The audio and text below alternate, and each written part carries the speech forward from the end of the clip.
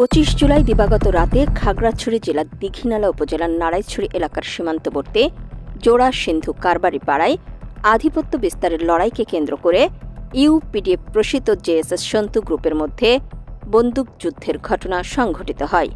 প্রায় 6 ঘণ্টাব্যাপী এই বন্দুকযুদ্ধে উভয় পক্ষ 800 থেকে 900 রাউন্ড গুলি বিনিময় করে। তবে এ ঘটনায় 4 জন নিহতের খবর গণমাধ্যমে প্রচারিত হলেও এর কোনো সত্যতা খুঁজে পাওয়া যায়নি।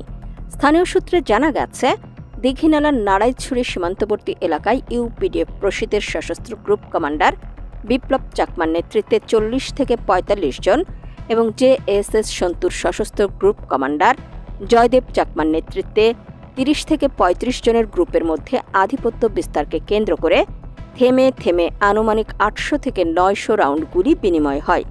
এছাড়াও উল্লেখিত সংঘর্ষে 3টি গ্রেনেডের বিস্ফোরণ ঘটে বলে জানা যায়। গ্রেনেড বিস্ফোরণের বিকট শব্দে এলাকাবাসীর মধ্যে আতঙ্ক ছড়িয়ে পড়ে। এ ধরনের সংঘর্ষে সাধারণত গ্রেনেড বিস্ফোরণের খবর পাওয়া যায় না। ফলে বিষয়টি নিয়ে অনুসন্ধান চালাচ্ছে আইন শৃঙ্খলা বাহিনী।